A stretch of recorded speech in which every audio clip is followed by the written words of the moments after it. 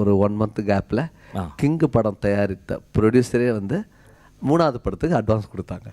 That's my life. Thiruda திருடி மொத்தம் படத்தில் 5 சாங் தான் இருக்க மாதிரி இருந்துச்சு.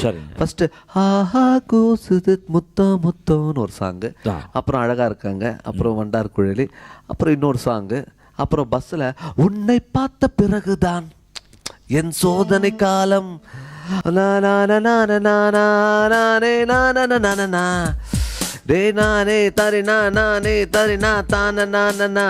அதை திட்டிட்டு பாடுற மாதிரி 2 பேர் அந்த மாதிரி பஸ்ல டிராவல்ல ஒரு சாங் இருக்கும்.